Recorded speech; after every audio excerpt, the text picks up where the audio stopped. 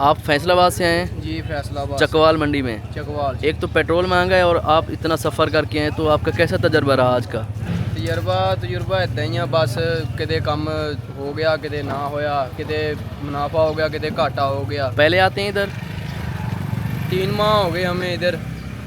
3 माह आते हुए। हाँ, वहाँ अच्छा रहा या यहाँ? वहाँ भी अच्छा है, इधर भी अच्छा रहा है। इधर कुछ देर हुई है, वैसे ही काम एंड हो गया। अब सही। जा रहे हैं इधर, हमारा काम नहीं सीजन आउट हुआ हमारा इधर। यानी आपकी बिक्री अच्छी नहीं हुई, नहीं अच्छी घाटा नहीं पड़ हुई। गया। घाटा पड़ा। सही सही। तो आप कहाँ से हैं चाचू?